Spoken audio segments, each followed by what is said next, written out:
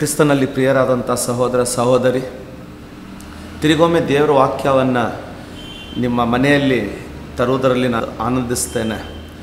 ಈ ಸಮಯನ ಕೊಟ್ಟಂಥ ದೇವರಿಗೆ ಕೃತಜ್ಞತೆಯನ್ನು ಸಲ್ಲಿಸ್ತೇನೆ. ಒಂದು ಕ್ಷಣ ಪ್ರಾರ್ಥನೆ ಮಾಡಿಕೊಳ್ಳೋಣ.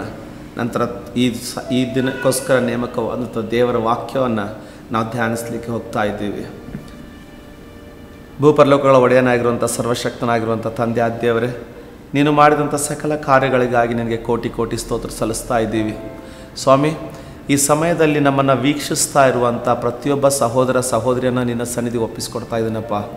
ದೇವರೇ, ಇವತ್ತು ನಾವು ಮನುಷ್ಯನ ಧ್ವನಿಯಲ್ಲ, ನಿನ್ನ ಧ್ವನಿಯನ್ನು ಕೇಳುವಂತೆ ಕೃಪೆ ಮಾಡು. ದೇವರೇ, ಮನುಷ್ಯನ ಮಾತುಗಳನ್ನಲ್ಲ, ಮನುಷ್ಯನ ಜ್ಞಾನವಲ್ಲ, ಆದರೆ ನಿನ್ನ ಪ್ರಕಟಣೆಯನ್ನು, ನಿನ್ನ ವಾಕ್ಯದ ಪ್ರಕಟಣೆಯನ್ನು ನಾವು ಪಡೆದುಕೊಳ್ಳುವಂತೆ ನಮಗೆ ಕೃಪೆ ಕೊಡು ತಂದೆ ಆದ ದೇವರೇ.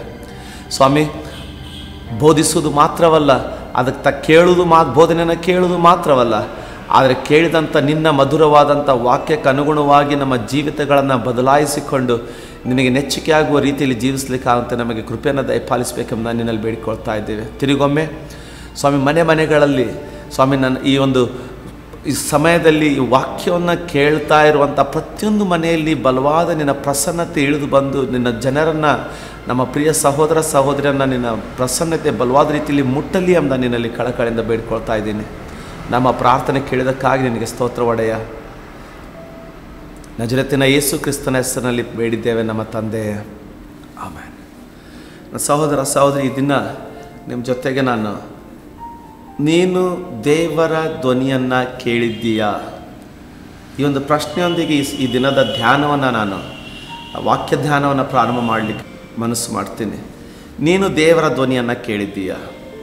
ಒಂದು ದಿನ ಮೋಶೆ ತನ್ನ ಮಾವನಾದಂಥ ಜತ್ರೋವಿನ ಕುರಿಗಳನ್ನು ಮೇಯಿಸ್ತಾ, ಆಡುಗಳನ್ನು ಮೇಯಿಸ್ತಾ ದೇವರ ಬೆಟ್ಟವೆಂಬುದಾಗಿ ಗುರುತಿಸಲ್ಪಟ್ಟಂಥ ಹೊರೆ ಬೆಟ್ಟದ ಸೀನಾಯಿ ಬೆಟ್ಟಕ್ಕೆ ಬರುವಾಗ ದೇವರ ವಾಕ್ಯ ಹೇಳ್ತಾ ಇದೆ, ಆತನಲ್ಲಿ ಕುರಿಗಳನ್ನು ಕಾಯ್ದುಕೊಂಡಿರುವಾಗ ಒಂದು ಪೊದೆಗೆ ಬೆಂಕಿ ಹತ್ತಿ ಉರಿತಾ ಇದೆ, ಆದರೂ ಸುಟ್ಟಿ ಹೋಗ್ತಾ ಇಲ್ಲ. ಬಹುಶಃ ಆತನು ಕೆಲವು ಕ್ಷಣ ಅದನ್ನು ವೀಕ್ಷಿಸಿರಬಹುದು. ಆತನು ನೋಡ್ತಾ ಇದ್ದಾನೆ, ಇದು ಪೊದೆಗೆ ಬೆಂಕಿ ಹತ್ತಿ ಎಷ್ಟೋ ಗಳಿಗೆ ಆಯಿತು, ಎಷ್ಟೋ ಸಮಯ ಆಗಿ ಹೋಗಿದೆ, ಆದರೆ ಅದು ಸುಟ್ಟು ಹೋಗ್ತಾ ಇಲ್ಲ. ಇದೇನು ಆಶ್ಚರ್ಯಕರವಾದಂಥ ಸಂಗತಿ ಅಂತ ನಾನು ನೋಡುವುದಕ್ಕಾಗಿ ಆತನು ತಿರುಗಿದನು ಎಂಬುದಾಗಿ ದೇವರ ವಾಕ್ಯ ಹೇಳ್ತದೆ. ದೇವರು ಆತನು ತಿರುಗಿರುವುದನ್ನು ನೋಡಿ ಪೊದೆಯೊಳಗಿಂದ ಮಾತನಾಡಿದಂತೆ. ನಾನು ಈ ವಾಕ್ಯವನ್ನು ಧ್ಯಾನಿಸ್ತಾ ಇರುವಾಗ ಒಂದು ಸಂಗತಿ ನನ್ನ ಮನಸ್ಸನ್ನು ಆವರಿಸಿಕೊಂಡಿರ್ತದೆ. ಏನಂದರೆ, ದೇವರು ಆತನ ಪೊದೆಯ ಒಳಗಿಂದ ನೀವು ವಾಕ್ಯವನ್ನು ವಿಮೋಚನಾ ಕಾಂಡದಲ್ಲಿ ಆ ವಾಕ್ಯವನ್ನು ನೀವು ಲಕ್ಷ್ಯ ಕೊಟ್ಟು ಓದೋದಾಗಿದ್ರೆ ಅದು ಹೇಳ್ತದೆ, ದೇವರು ಪೊದೆಯೊಳಗಿಂದ ಮೋಶೆಯೊಡನೆ ಮಾತನಾಡಿದಂತೆ. ಮೋಶೆಗೆ ದೇವರ ಧ್ವನಿ ಕೇಳಿಸಿತು. ದೇವರು ಆತನನ್ನು ಮೋಶೆಯೇ ಮೋಶೆ ಅಂತ 2 ಬಾರಿ ಮೋಶೆಯೇ ಮೋಶೆ ಎಂಬುದಾಗಿ ಆತನನ್ನು ಕೂಗಿದಾಗ ಮೋಶೆ ಇಗೋ ಇಲ್ಲಿದ್ದೇನೆ ಅಂತ ಉತ್ತರ ಕೊಡ್ತಾ ಇದ್ದಾನೆ. ನೀನು ದೇವರ ಧ್ವನಿಯನ್ನು ಕೇಳಿಸ್ಕೊಂಡಿದ್ದೀಯಾ? ಯಾಕಂದರೆ ನೀನು ದೇವರ ಧ್ವನಿಯನ್ನು ಕೇಳಿಸಿಕೊಳ್ಳೋದಾಗಿದ್ದರೆ ಆ ದಿನ ದೇವರು ಭೂಮಿಯ ಮೇಲೆ ತನ್ನ ಚಿತ್ತವನ್ನು ನೆರವೇರಿಸುವಂಥ ಯೋಜನೆಯನ್ನು ತನ್ನ ಸೇವಕನಿ ಜೊತೆಗೆ ಹಂಚಿಕೊಳ್ಳೋದಕ್ಕಾಗಿ ಇಳಿದು ಬಂದಿದ್ದ. ಯಾಕಂದ್ರೆ ನೀನು ದೇವರ ಧ್ವನಿಯನ್ನು ಕೇಳಿಸಿಕೊಳ್ಳೋದಾಗಿದ್ದರೆ, ಧ್ಯಾನ ಕೊಟ್ಟು ಕೇಳು, ನೀನು ದೇವರ ಧ್ವನಿಯನ್ನು ಕೇಳಿಸಿಕೊಳ್ಳೋದಾಗಿದ್ದರೆ ಆ ಕರ್ತನು ತನ್ನ ಚಿತ್ತವನ್ನು ಭೂಮಿಯ ಮೇಲೆ ನೆರವೇರಿಸುವುದಕ್ಕಾಗಿ ಇಳಿದು ಬಂದಿರುವಂಥ ಆ ಚಿತ್ತವನ್ನು ನೀನು ಭೂಮಿಯ ಮೇಲೆ ನೆರವೇರಿಸ್ತೀಯ. ಆ ದೇವರ ಚಿತ್ತವನ್ನು ನಿನ್ನ ಮೂಲಕ ದೇವರು ನೆರವೇರಿಸಲಿಕ್ಕೆ ಸಾಧ್ಯ.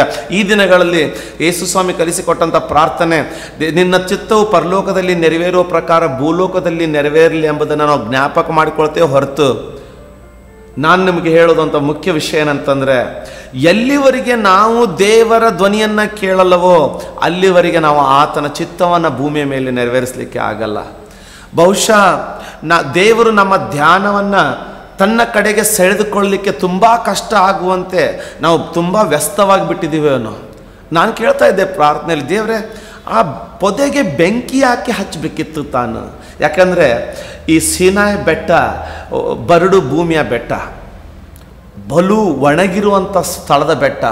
ನಮ್ಮೆಲ್ಲರಿಗೂ ಗೊತ್ತು, ಒಣಗಿದ ಅಡವಿಯ ಬೆಟ್ಟಗಳ ಮೇಲೆ ಪೊದೆಗಳಿಗೆ ಬೆಂಕಿ ಹತ್ತಿಕೊಳ್ಳುವುದು ಆಶ್ಚರ್ಯಕರವಾದ ಸಂಗತಿ ಅಲ್ಲ.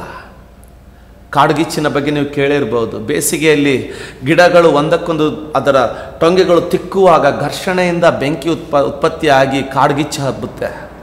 ಬೆಟ್ಟಗಳಲ್ಲಿ ಈಗ ಬಿಸಿಲಿನ ದಿನಗಳಲ್ಲಿ ಬೆಟ್ಟದಲ್ಲಿ ಪೊದೆಗೆ ಬೆಂಕಿ ಹತ್ತುವುದು ಆಶ್ಚರ್ಯಕರವಾದ ಸಂಗತಿಯಲ್ಲ.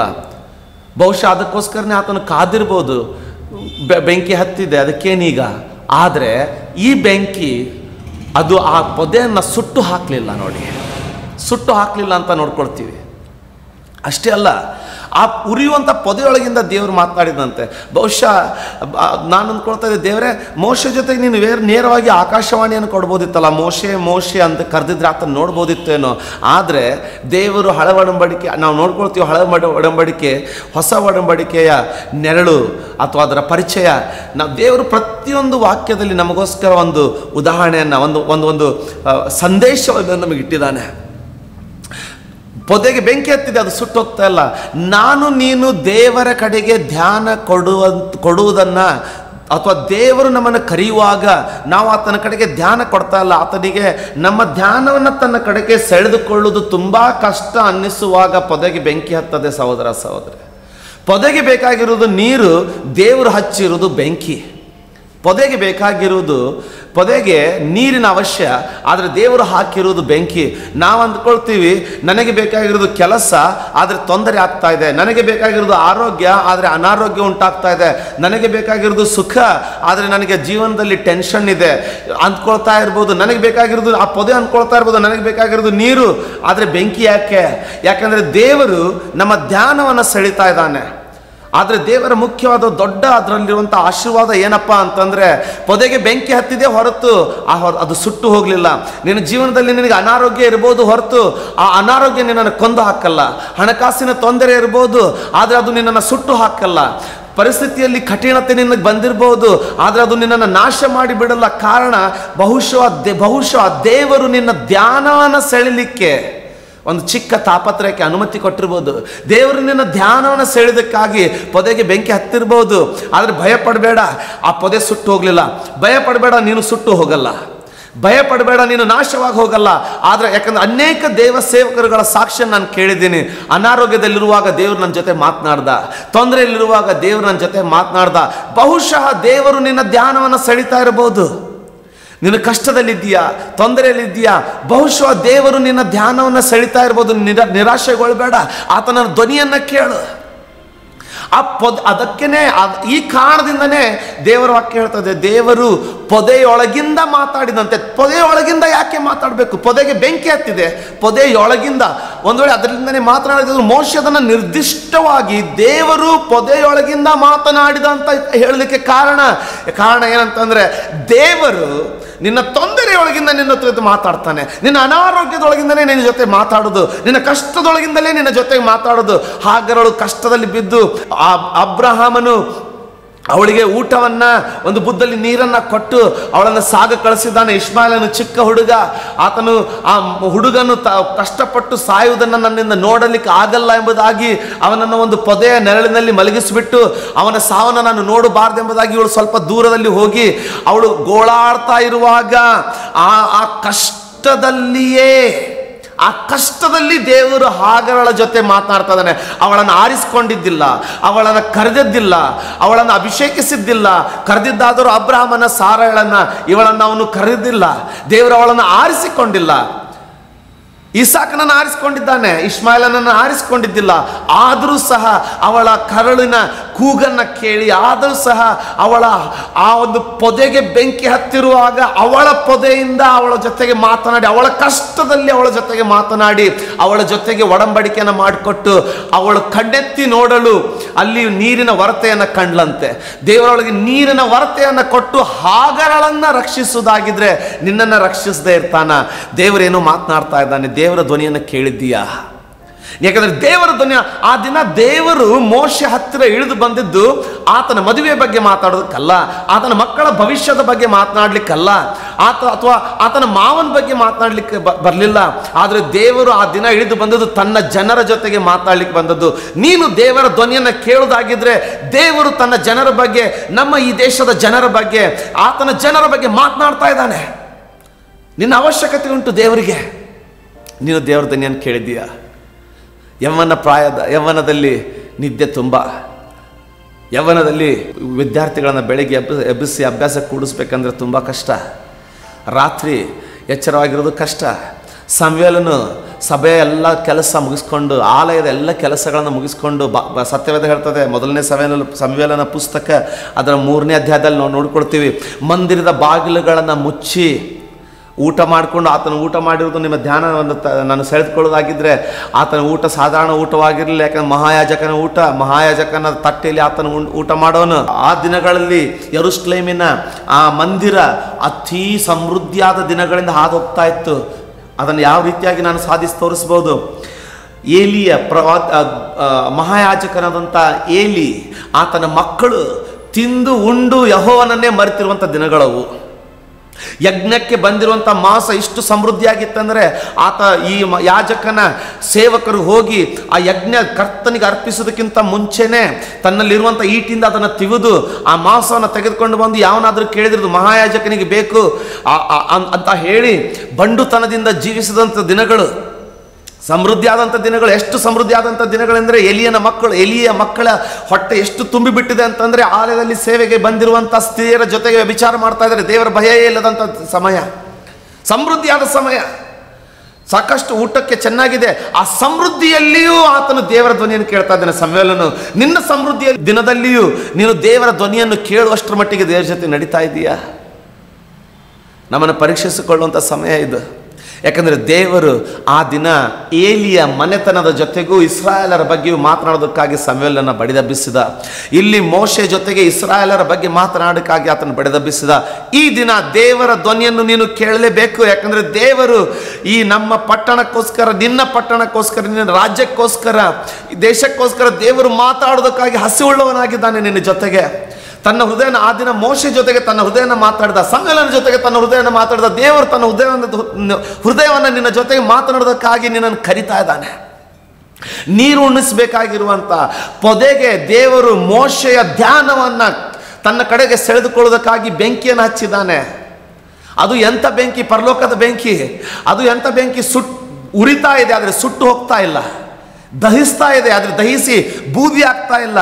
ದೇವರು ಕೆಲವು ಕ್ಷಣ ನಮಗೆ ತೊಂದರೆ ಬೆಂಕಿಯಲ್ಲಿ ಹಾಕಿರ್ಬಹುದು, ಭಯಪಡಬೇಡ, ಅದನ್ನು ಸಿಟ್ಟು ಹೋಗಲ್ಲ. ಆದರೆ ಅದರಲ್ಲಿ ದೇವರ ಧ್ವನಿಯನ್ನು ಹುಡುಕು. ಯಾಕಂದ್ರೆ ಆ ಪೊದೆಯೊಳಗಿಂದ ದೇವರು ಮಾತಾಡಿದಂತೆ.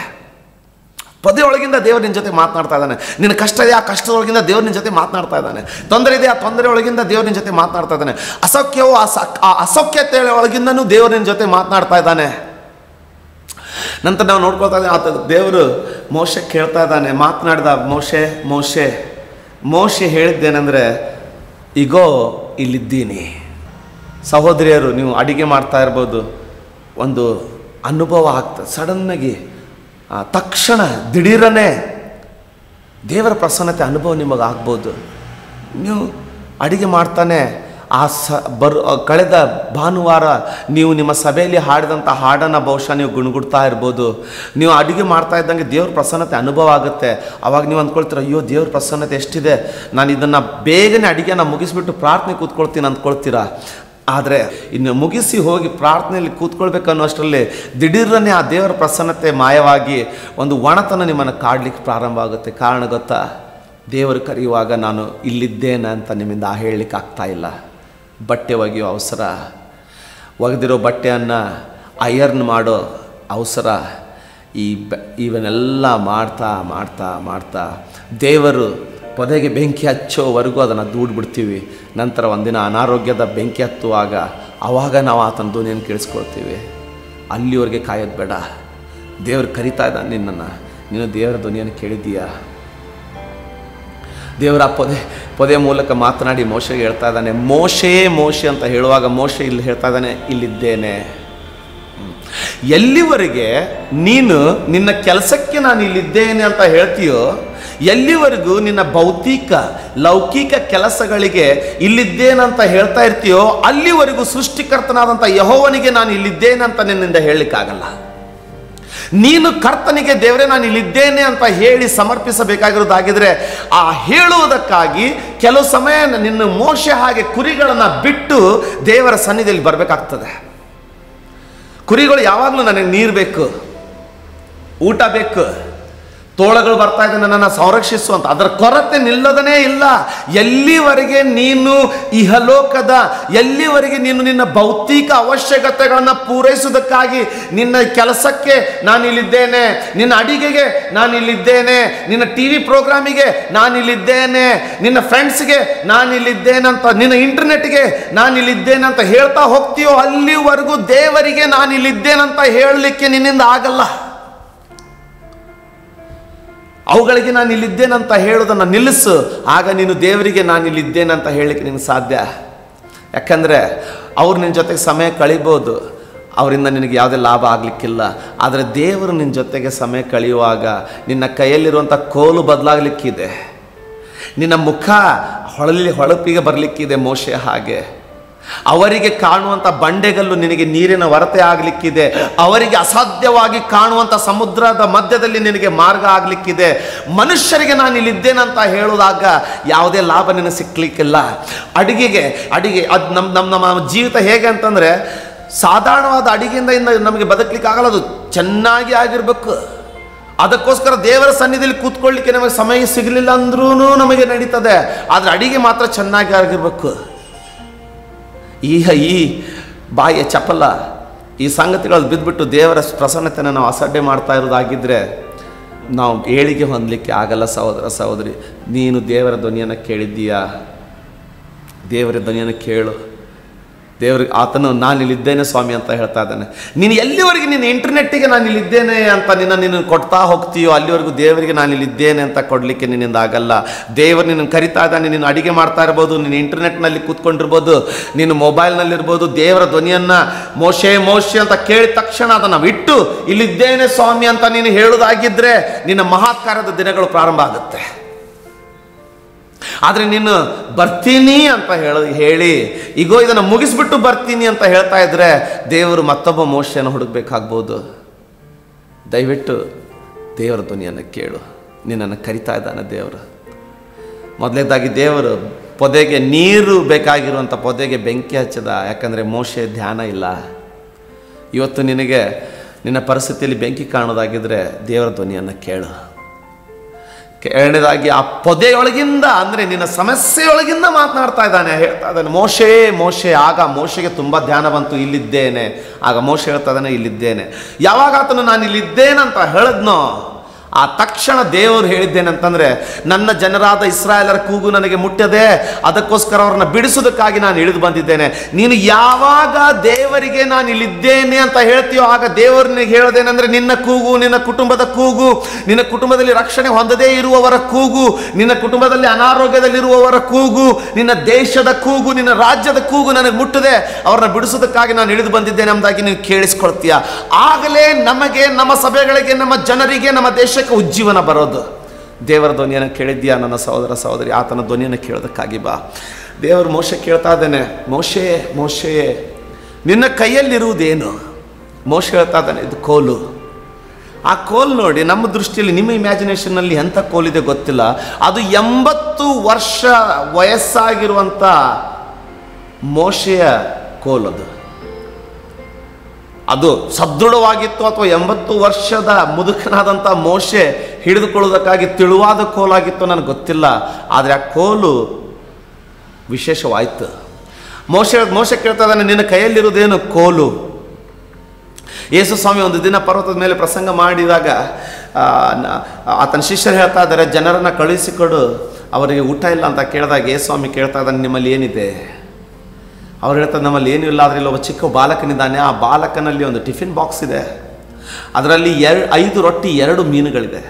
ಯೇಸು ಸ್ವಾಮಿ ಹೇಳ್ತಾ ಇದ್ದಾನೆ, ಅದನ್ನು ನನ್ನ ಕಡೆಗೆ ತೆಗೆದುಕೊಂಡು ಬನ್ನಿ. ಎಲ್ಲಿವರೆಗೆ ನಿನ್ನ ಸಮಯ ಅಂತ ಇಟ್ಕೊಂಡ್ಬಿಟ್ಟು ನಿನ್ನ ಮೋಜು ಮಸ್ತಿಗೆ ಅದನ್ನು ಉಪಯೋಗಿಸ್ತೀಯೋ, ನಿನ್ನ ಮೋಜಿಗೆ ಅದನ್ನು ಉಪಯೋಗಿಸ್ತೀಯೋ, ಅಲ್ಲಿವರೆಗೆ ದೇವರು ಮಹತ್ಕಾರ್ಯವನ್ನು ಮಾಡಲಿಕ್ಕಾಗಲ್ಲ. ಆದರೆ ನಿನ್ನ ಸಮಯವನ್ನು ದೇವರೇ ನಿನ್ನಲ್ಲಿ ಏನಿದೆ ಎಂಬುದಾಗಿ ಯೇಸು ಕೇಳುವಾಗ, ಸ್ವಾಮಿ ನನ್ನಲ್ಲಿ ಸ್ವಲ್ಪ ಸಮಯ ಉಂಟು ಅಂತ ಹೇಳಿ ಆತನ ಸನ್ನಿಧಿಯಲ್ಲಿ ಕೂತ್ಕೊಳ್ಳೋದಾಗಿದ್ದರೆ, ಅಯ್ಯ ನಿನಗೋಸ್ಕರ ಮಹತ್ಕಾರ್ಯವನ್ನು ದೇವರು ಸಿದ್ಧ ಮಾಡ್ತಾ ಇದ್ದಾನೆ. ಇರೋದು 5 ರೊಟ್ಟಿ 2 ಮೀನು. ಯೇಸು ನನ್ನ ಬಳಿಗೆ ತೆಗೆದುಕೊಂಡು ಬನ್ರಿ. ಇದ್ದವನಿಗೆ ಇನ್ನು ಕೊಡಲ್ಪಡೋದು, ಇಲ್ಲದವನಿಂದ ಇಲ್ಲದನ್ನು ತೆಗೆಯಲ್ಪಡೋದು ಅಂತ ವಾಕ್ಯ ಹೇಳ್ತದೆ. ಸಮಯ ಇದೆಯಾ? ಆ ಸಮಯ ನಿನ್ನಿಂದ ಇದ್ದವನಿಗೆ ಇನ್ನೂ ಕೊಡಲ್ಪಡುವಂಥ ಯೇಸುಸ್ವಾಮಿ ಹೇಳಿರುವಾಗ ಇದ್ದಂಥ ಸಮಯವನ್ನು ನೀನು ಯೇಸುವಿನ ಬಳಿಗೆ ತೆಗೆದುಕೊಂಡು ಬಾ, ಸ್ವಾಮಿ ನಿನಗೆ ಇನ್ನೂ ಹೆಚ್ಚಾದ ಸಮಯವನ್ನು ಕೊಡ್ತಾನೆ. ಆದರೆ ಇದ್ದ ಸಮಯವನ್ನು ವ್ಯರ್ಥ ಮಾಡಿಕೊಳ್ಳೋದಾಗಿದ್ದರೆ ಇದ್ದದ್ದು ತೆಗೆಯಲ್ಪಡುವಂಥ ಪರಿಸ್ಥಿತಿ ನಿನಗೆ ಬರಬಹುದು. ಮೋಶೆ ಕೇಳ್ತಾ ಇದ್ದಾನೆ, ದೇವ್ರು ನಿನ್ನ ಕೈಯಲ್ಲಿರುವುದೇನು? ಮೋಶೆ ಹೇಳ್ತಾ ಇದ್ದಾನೆ, ದೇವರೇ ಕೋಲು, ಅದೇನು ಪಾಲಿಷ್ ಮಾಡಿರೋ ಕೋಲಲ್ಲ, ಅದೇನು ಅತಿ ಉತ್ತಮವಾದಂಥ ಕೋಲಲ್ಲ, ಬರೀ ಒಂದು ಕುರುಬನ ಕೋಲು. ದೇವರು ಹೇಳಿದ್ದೇನು ಗೊತ್ತಾ? ಅದನ್ನು ನೆಲಕ್ಕೆ ಹಾಕು. ಆ ಮೋಶೆ ಕೈಯಿಂದ ಆ ಕೋಲನ್ನ ನೆಲಕ್ಕೆ ಹಾಕುವವರೆಗೂ ಅದು ಸಾಧಾರಣವಾದಂಥ ಕುರುಬನ ಮೋಶೆಯ ಸಾಧಾರಣವಾದ ಕೋಲು. ಆದರೆ ಅದು ನೆಲಕ್ಕೆ ಬಿದ್ದಿದ್ದೇ ತಡ ಅಲ್ಲಿ ಮಹತ್ ಕಾರ್ಯ. ದೇವರ ವಾಕ್ಯ ಹೇಳ್ತದೆ ಅದು ಹಾವಾಯ್ತಂತೆ, ಅದು ಅಲ್ಲಿ ದೇವರ ಕಾರ್ಯ ಪ್ರಾರಂಭ ಆಯ್ತಂತೆ. ನೋಡಯ್ಯ, ಮೋಶೆ ತನ್ನ ಕೋಲನ್ನು ಎತ್ತೋದಕ್ಕಿಂತ ಮುಂಚೆ ಮೊದಲು ಅದನ್ನು ನೆಲಕ್ಕೆ ಹಾಕಬೇಕಾಯ್ತು. ನಿನ್ನ ಜೀವಿತ ಮೇಲೆ ಎತ್ತೋಕ್ಕಿಂತ ಮುಂಚೆ ಮೊದಲು ಪ್ರಾರ್ಥನೆಯಲ್ಲಿ ದೇವರ ಸನ್ನಿಧಿಯಲ್ಲಿ ಕೆಳಗೆ ಹಾಕಲ್ಪಡಬೇಕು. ಆತನು ತನ್ನ ಆ ಕೋಲು ನೆಲಕ್ಕೆ ತಾಗಿದ್ದೇ ತಡ ಅಲ್ಲಿ ಮಹತ್ ಕಾರ್ಯ. ಯಾವಾಗ ನಿನ್ನ ಮೊಣಕಾಲು ನೆಲಕ್ಕೆ ತಾಗಿದ್ದೇ ತಡ, ನಿನ್ನ ಮೊದಲನೇ ಮಹತ್ ಕಾರ್ಯ ನಿನ್ನ ಮೊಣಕಾಲಿನಿಂದ ಸ್ಟಾರ್ಟ್ ಆಗುತ್ತೆ. ಒಂದೇ ಒಂದು ಸಾರಿ ಮೋಶೆ ಕೋಲನ್ನು ನೆಲಕ್ಕೆ ಹಾಕಿದ್ದು ಅದು ಹಾವಾಯಿತು. ಅದರ ನಂತರ ಆತನು ಎತ್ತಲೇ ಹೋದ. ಆತನು ಎತ್ತಿದ್ರೆ ನೈಲ್ ನದಿ ರಕ್ತವಾಯಿತು. ಅದರಿಂದ ಕೆಂಪು ಸಮುದ್ರಕ್ಕೆ ಹೊಡೆದ್ರೆ ಕೆಂಪು ಸಮುದ್ರ 2 ಭಾಗ ಆಯಿತು. ಆ ಕೋಲಿನಿಂದ ಅವನು ಬಂಡೆಗಲ್ಲಿಗೆ ಹೊಡೆದ್ರೆ ಆ ಬಂಡೆಗಲ್ಲಿಂದ ನೀರು ಹೊರಟಿತ್ತು. ಮುಂದೆ ದೇವರು ವಾಕ್ಯ ಹೇಳ್ತದೆ, ಮೋಶೆಯು ತನ್ನ ಹೆಂಡತಿಯನ್ನ ಮಕ್ಕಳನ್ನ ಕರೆದುಕೊಂಡು ದೇವರ ಕೋಲನ್ನ ತನ್ನ ಕೈಯಲ್ಲಿ ತೆಗೆದುಕೊಂಡು ಐಗುಪ್ತಕ್ಕೆ ಹೋದನು ಎಂಬುದಾಗಿ ನಾವು ಓದಿಕೊಳ್ತಾ ಇದ್ದೇವೆ. ಆ ಗಳಿಗೆವರೆಗೆ ಮೋಶೆ ಕೋಲಾಗಿರುವಂತಹ ಕೋಲು ಆ ಕೆಳಗೆ ಹಾಕಿದ್ದೇ ತಡ ದೇವರ ಕೋಲಾಯ್ತು. ಎಲ್ಲಿವರೆಗೆ ನೀನು ನಿನ್ನ ಜೀವಿತವನ್ನು ನಿನಗಾಗಿ ಹಿಡ್ಕೊಳ್ತೀವೋ ಅದನ್ನು ಕೆಳಗಡೆ ಹಾಕಲ್ವೋ, ಅದು ಪ್ರಾರ್ಥನೆಯಲ್ಲಿ ಕೆಳಗಡೆ ಹಾಕಲ್ವೋ, ಉಪವಾಸದಲ್ಲಿ ಕೆಳಗಡೆ ಹಾಕಲ್ವೋ, ಅಲ್ಲಿವರೆಗೂ ನಿನ್ನ ಜೀವಿತ. ಆದರೆ ನೀನು ನಿನ್ನ ಶರೀರವನ್ನು ಪ್ರಾರ್ಥನೆ ಉಪವಾಸದಲ್ಲಿ ನೆಲಕ್ಕೆ ಹಾಕಿದ್ದೇ ತಡ. ನಿನ್ನ ಶರೀರ ಪವಿತ್ರಾತ್ಮನ ಆಲಯ. ನಿನ್ನ ನಾಲಿಗೆ ದೇವರಿಗೋಸ್ಕರ ನುಡಿಯುವಂಥ ಪರಿಶುದ್ಧ ನಾಲಿಗೆ ಆಗುತ್ತೆ. ನಿನ್ನ ತುಟಿಗಳು ದೇವರ ಪ್ರವಾದನೆ, ದೇವರ ವಾಕ್ಯಗಳನ್ನು ನುಡಿಯುವಂಥ ಪರಿಶುದ್ಧ ತುಟಿಗಳಾಗಿ ಮಾರ್ಪಡುತ್ತೆ. ಅದನ್ನು ನೆಲಕ್ಕೆ ಹಾಕು. ಅದನ್ನು ಎಷ್ಟು ನಾವು ಜೀವನದಲ್ಲಿ ಮೇಲೆ ಕೆತ್ತಲಿಕ್ಕೆ ನೋಡ್ತೀವೋ ಅಲ್ಲಿವರೆಗೆ ದೇವರ ಮಹತ್ಕಾರ್ಯವನ್ನು ಕಾಣಲ್ಲ. ಆದರೆ ಅದನ್ನು ನೆಲಕ್ಕೆ ಹಾಕಿದ್ದೇ ತಡ. ಅದೇ ಗಳಿಗೆಯಿಂದ ಮೋಶೆ ಜೀವಿತದಲ್ಲಿ ಮಹತ್ಕಾರ್ಯಗಳ ಸುರಿಮಳೆ ಪ್ರಾರಂಭವಾಯಿತು. ನೀನು ದೇವರು ಈ ದಿನ ನಿನ್ನ ಜೊತೆಗೆ ನುಡಿತಾ ಇದ್ದಾನೆ. ಯಾವ ಗಳಿಗೆಯಲ್ಲಿ ನೀನು ನಿನ್ನ ಮೊಣಕಾಲನ್ನು, ನಿನ್ನ ಜೀವಿತವನ್ನು ನೆಲಕ್ಕೆ ಪ್ರಾರ್ಥನೆಯಲ್ಲಿ ಅರ್ಪಿಸ್ತೀಯೋ ಅದು ನಿನ್ನ ಜೀವಿತದಲ್ಲಿ ಮಹತ್ಕಾರ್ಯಗಳ ಪ್ರಾರಂಭ. ದೇವರ ಧ್ವನಿಯನ್ನು ಕೇಳ್ತಾ ಇದೀಯಾ? ದೇವರು ಸಂವೇಲನಿಗೆ 3ನೇ ಸಂವೇಲನೆ ಅಂತ ಕರೆಯುವಾಗ ಯವನಸ್ಥನಾದಂಥ ಸಂವೇಲನು ಊಟ ಮಾಡಿ ಯಜ್ಞದ ಮಾಸದಲ್ಲಿ ಚೆನ್ನಾಗಿ ಊಟ ಮಾಡಿ ಯವನಸ್ಥನು ನಿದ್ದೆ ಹೋಗಿದ್ದಾನೆ. ಆದರೆ ಆ ನಿದ್ದೆಯಲ್ಲಿಯೂ ಸಹ ಸಂವೇಲನ ತಕ್ಷಣ ಇಗೋ ಇದ್ದೇನೆ ಎಂದು ಹೇಳಿ ಏಲಿ ಹತ್ರ ಓಡೋಗ್ತಾ ಇದ್ದಾನೆ. ಆತನು ಇನ್ನೂ ದೇವರನ್ನು ತಿಳಿದವನಲ್ಲ, ಆದರೆ ಎಚ್ಚರವಾಗಿದ್ದಾನೆ. ಏಲಿ ಹೇಳ್ತಾ ಇದ್ದಾನೆ, ಈ ಸಾರಿ ಆ ಧ್ವನಿಯನ್ನು ಕೇಳಿದೆ. 3 ಆದ ನಂತರ ಏಲಿ ಗೊತ್ತಾಯ್ತು ದೇವರು ಸಮುವೇಲನ ಜೊತೆ ಮಾತನಾಡ್ತಾ ಇದ್ದಾನೆ ಎಂಬುದಾಗಿ. ಏಲಿ ಸಮುವೇಲನಿಗೆ ಕಲಿಸ್ಕೊಡ್ತಾ ಇದ್ದಾನೆ, ಕಲಿಸ್ತಾ ಹೇಳ್ತಾ ಇದ್ದಾನೆ, ಈ ಸಾರಿ ಅದೇ ರೀತಿ ನಿನಗೆ ಧ್ವನಿಯನ್ನು ಕೇಳಿದ್ರೆ ಆತನಿಗೆ ಹೇಳು, ಇಗೋ ನಿನ್ನ ದಾಸನು ಸಿದ್ಧನಾಗಿದ್ದಾನೆ, ಮಾತನಾಡು. ಇಗೋ ನಿನ್ನ ದಾಸನು ಕೇಳ್ತಾ ಇದ್ದಾನೆ, ಮಾತನಾಡು. ಇವತ್ತು ನಾನು ಹೇಳಬೇಕಾಗಿದ್ದೇನೆಂದರೆ ದೇವರ ಸನ್ನಿಧಿಯಲ್ಲಿ ಆ ಕೋಲನ್ನು ನೆಲಕ್ಕೆ ಹಾಕಿ, ಆ ಮೊಣಕಾಲುಗಳನ್ನು ನೆಲಕ್ಕೆ ಹಾಕಿ, ಆ ಹೃದಯವನ್ನು ನೆಲಕ್ಕೆ ಹಾಕಿ, ಆ ಹಣೆಯನ್ನು ನೆಲಕ್ಕೆ ಹಚ್ಚಿ, ಕರಗಳನ್ನೆತ್ತಿ, ಇಗೋ ನಿನ್ನ ದಾಸನು ಕೇಳ್ತಾ ಇದ್ದಾನೆ, ದೇವರೇ ನಿನ್ನ ಹೃದಯದ ಚಿತ್ತವನ್ನು ಪ್ರಕಟಿಸು, ಮಾತನಾಡೆಂಬುದಾಗಿ ಕೇಳಬೇಕಾಗಿದೆ ಸಹೋದರ ಸಹೋದರಿ. ಯಾಕಂದರೆ ಏಲಿಯ ಸಮಯದಲ್ಲಿ ಸಮುವೇಲನು ಆಲಯಕ್ಕೆ ಬಂದಾಗ ಅಲ್ಲಿ ವಾಕ್ಯ ಹೇಳ್ತದೆ, ಆ ದಿನಗಳಲ್ಲಿ ದೇವರ ವಾಕ್ಯವು ದರ್ಶನಗಳು ಬಹು ವಿರಳವಾಗಿದ್ದುವಂತೆ, ನಿಂತೋಗ್ಬಿಟ್ಟಿದ್ವಂತೆ. ದರ್ಶನಗಳು ನಿಂತೋಗ್ಬಿಟ್ಟಿದ್ದು, ದೇವರ ಧ್ವನಿ ನಿಂತೋಗ್ಬಿಟ್ಟಿದೆ. ಸಮೃದ್ಧಿ ಇದೆ. ಆ ಸಮೃದ್ಧಿ ಎಷ್ಟಿದೆ ಅಂತಂದರೆ ಏಲಿಯ ಮಕ್ಕಳು ಉಂಡು ತಿಂದು ಕೊಬ್ಬಿಕೊಂಡು ಆಲಯದಲ್ಲಿ ಸೇವೆಗೆ ಬರ್ತಾ ಇರುವಂಥ ಸ್ತ್ರೀಯರ ಜೊತೆಗೆ ವ್ಯಭಿಚಾರ ಮಾಡ್ತಾ ಇದ್ದಾರೆ. ಸಮೃದ್ಧಿ ಇದೆ. ಅದರ ಅರ್ಥ ದೇವರಿದ್ದಾನೆ ಎಂಬುದಾಗಿ ಅಲ್ಲ. ಏಲಿಯ ಸಮಯದಲ್ಲಿ ಸಮೃದ್ಧಿ ಇತ್ತು, ಆದರೆ ಆತನ ಮಕ್ಕಳು ಪಾಪ ಮಾಡಿದರು. ಆದರೆ ಆ ಸಮೃದ್ಧಿಯ ಮಧ್ಯದಲ್ಲಿಯೂ ಸಹ ಸಮುವೇಲನು ಹೊಟ್ಟೆ ತುಂಬ ಊಟ ಮಾಡಿದ್ರೂ ಸಹ ರಾತ್ರಿಯಲ್ಲಿ ದೇವರ ಧ್ವನಿಯನ್ನು ಕೇಳಿದ ತಕ್ಷಣ ಸಮುವೇಲನ ಪಾಠ ಹೇಳಿಕೊಟ್ಟಾದ ಮೇರೆಗೆ ಈಗೋ ನಿನ್ನ ದಾಸನು ಕೇಳ್ತಾ ಇದ್ದಾನೆ, ಮಾತನಾಡು. ರಾತ್ರಿ ನೀವು ಮಲಗಲಿಕ್ಕೆ ಹೋಗುವಾಗ ಬಹುಶಃ ದೇವರ ಪ್ರಸನ್ನತೆ ಅನುಭವ ನಿಮಗಾಗ್ಬೋದು. ನೀವು ಅಂದ್ಕೊಳ್ತಾರೆ ದೇವರೇ ಸ್ತೋತ್ರ ಅಂತ ಹೇಳಿ ಮಲಗಿಬಿಡಬೇಡಿ. ದೇವರು ಏನೋ ನಾಳೆ ಬಗ್ಗೆ ನಿಮ್ಮ ಜೊತೆ ಮಾತಾಡಲಿಕ್ಕಿದ್ದಾನೆ. ದೇವರು ನಿಮ್ಮ ಮಕ್ಕಳ ಬಗ್ಗೆ ನಿಮ್ಮ ಜೊತೆ ಮಾತಾಡಲಿಕ್ಕಿದ್ದಾನೆ. ದೇವರು ನಿನ್ನ ಜನರ ಬಗ್ಗೆ ನಿನ್ನ ಜೊತೆ ಮಾತಾಡಲಿಕ್ಕಿದ್ದಾನೆ. ಆತನಿಗೆ ಧ್ಯಾನ ಕೊಡು. ದೇವರು ನಿನ್ನ ಜೊತೆ ಮಾತನಾಡ್ತಾ ಇದ್ದಾನೆ, ನೀನು ಆತನನ್ನು ಕೇಳಿಸ್ಕೊಳ್ತಾ ಇದೆಯಾ? ದಯವಿಟ್ಟು ನಾನು ಇದನ್ನು ಹೇಳಿ ಮುಗಿಸ್ತೀನಿ. ಏನಪ್ಪ ಅಂದರೆ, ದೇವರು ಸತತವಾಗಿ ನಿನ್ನ ಧ್ಯಾನವನ್ನು ತನ್ನ ಕಡೆಗೆ ಸೆಳೆದುಕೊಳ್ಳೋದಕ್ಕಾಗಿ, ನಿನ್ನ ಜೊತೆ ಮಾತನಾಡೋದಕ್ಕಾಗಿ ಪೊದೆಗೆ ಬೆಂಕಿ ಹಚ್ಚಿ ಆ ಪೊದೆಯೊಳಗಿಂದ ನಿನ್ನ ಜೊತೆ ಮಾತನಾಡ್ತಾ ಇದ್ದಾನೆ. ಆದರೆ ಅಷ್ಟು ಗಂಭೀರವಾದ ಪರಿಸ್ಥಿತಿಗೆ ಬೀಳೋದಕ್ಕಿಂತ ಮುಂಚೆ ದೇವರ ಧ್ವನಿಯನ್ನು ಕೇಳಿಸಿಕೊ. ಯಾಕಂದರೆ ದೇವರು ನಿನ್ನ ಜೊತೆ ಮಾತನಾಡ್ತಾ ಇದ್ದಾನೆ. ನಮ್ಮ ದೇಶಕ್ಕೆ ಇದು ದೇವರ ಸಮಯ, ನಮ್ಮ ರಾಜ್ಯಕ್ಕೆ ಇದು ದೇವರ ಸಮಯ, ನಮ್ಮ ಕುಟುಂಬಗಳಿಗೆ ಇದು ದೇವರ ಸಮಯ, ನಮ್ಮ ಸಭೆಗಳಿಗೆ ಇದು ದೇವರ ಸಮಯ. ನೀನು ಆತನ ಧ್ವನಿಯನ್ನು ಕೇಳೋದಾಗಿದ್ದರೆ, ತೊದಲು ನುಡಿಯ ಮೋಶೆಯನ್ನು ದೇವರು ಜನ ಭಯ ಬೀಳುವ ರೀತಿಯಲ್ಲಿ ಉಪಯೋಗಿಸುವುದಾಗಿದ್ದರೆ, ಕ್ರಿಸ್ತೇಸುವಿನಲ್ಲಿ ಸುಂದರವಾದಂಥ ಭಾಷೆಯನ್ನು ದೇವರು ನಿನಗೆ ಕೊಟ್ಟಿರುವಾಗ ಇನ್ನೂ ಉನ್ನತವಾದ ರೀತಿಯಲ್ಲಿ ದೇವರನ್ನು ಉಪಯೋಗಿಸ್ಲಿಕ್ಕಾಗಿ ನಿನ್ನನ್ನು ಆರಿಸ್ಕೊಂಡಿರೋದು. ಆತನ ಧ್ವನಿಯನ್ನು ಕೇಳು. ದೇವರು ನಿಮ್ಮನ್ನು ಆಶೀರ್ವದಿಸಲಿ. ಪ್ರಾರ್ಥಿಸೋಣ. ತಂದೆ ದೇವರೇ, ನಿನ್ನ ಮಕ್ಕಳಿಗಾಗಿ ನಿನಗೆ ಸ್ತೋತ್ರ. ನಿನ್ನ ವಾಕ್ಯವನ್ನು ಕೇಳಿದಾರೆ ದೇವರೇ, ನಿನ್ನ ಧ್ವನಿಯನ್ನು ಕೇಳಿಸಿಕೊಳ್ಳಲಿಕ್ಕಾಗುವಂತೆ, ನಿನ್ನ ವಾಕ್ಯವನ್ನು ಕೇಳಿಸಿಕೊಳ್ಳಲಿಕ್ಕಾಗುವಂತೆ, ಆ ವಾಕ್ಯವನ್ನು ಕೇಳಿಸಿಕೊಂಡು ಸ್ವಾಮಿ ದೇವರು ಇವರೊಡನೆ ಇದ್ದಾರಲ್ಲ ಎಂಬುದಾಗಿ ಅನ್ಯರು ಸಹ ಸಾಕ್ಷಿ ಕೊಡುವ ಮಟ್ಟಿಗೆ ನಾವು ಆಶೀರ್ವಾದದಲ್ಲಿಯೂ ಬಲವಾದ ಕ್ರೈಸ್ತ ಜೀವಿತದಲ್ಲಿ ಬೆಳೀಲಿಕ್ಕಾಗುವಂತೆ ನಿನ್ನ ಮಕ್ಕಳನ್ನು ಬಲಪಡಿಸು. ಅವರಿರುವಲ್ಲಿಯೇ ಇದೇ ಗಳಿಗೆಯಲ್ಲಿ ನಿನ್ನ ಆತ್ಮನ ಅವ್ರ ಮೇಲೆ ಸಮೃದ್ಧಿಯಾದ ರೀತಿಯಲ್ಲಿ, ಹೇರಳವಾದ ರೀತಿಯಲ್ಲಿ ಅವ್ರನ್ನ ಇಳಿದು ಬರಬೇಕೆಂದ ಬೇಡಿಕೊಳ್ತಾ ಇದ್ದೇನೆ ಸ್ವಾಮಿ. ಅವ್ರನ್ನ ಮುಟ್ಟು ತಂದೆ ಆದ್ಯವ್ರೆ, ಆಶೀರ್ವದಿಸು ಸ್ವಾಮಿ. ನಿನ್ನ ಕೃಪೆಯಿಂದಲೂ ನಿನ್ನ ಬಲದಿಂದಲೂ ಅವ್ರನ್ನ ತುಂಬಿಸು ತಂದೆ ಆದ್ಯವ್ರೆ. ನಿನ್ನ ಶಕ್ತಿಯಿಂದ ಅವರನ್ನು ತುಂಬಿಸು. ನಮ್ಮ ಪ್ರಾರ್ಥನೆಯನ್ನು ಕೇಳಿದ್ದೆ, ಅದಕ್ಕಾಗಿ ನಿನಗೆ ಕೋಟಿ ಕೋಟಿ ಸ್ತೋತ್ರ ಒಡೆಯ. ಎಲ್ಲ ಆರಾಧನೆ, ಎಲ್ಲ ಮಹಿಮೆ, ಸ್ತುತಿ, ಸ್ತೋತ್ರಗಳು ನಿನಗೊಬ್ಬನಿಗೆ ಸಲ್ಲಲ್ಪಡಲಿ ನಮ್ಮ ತಂದೆ. ಯೇಸುವಿನ ಹೆಸರಿನಲ್ಲಿ ಬೇಡಿದ್ದೇವೆ ನಮ್ಮ ಒಡೆಯ. ಆಮೆನ್.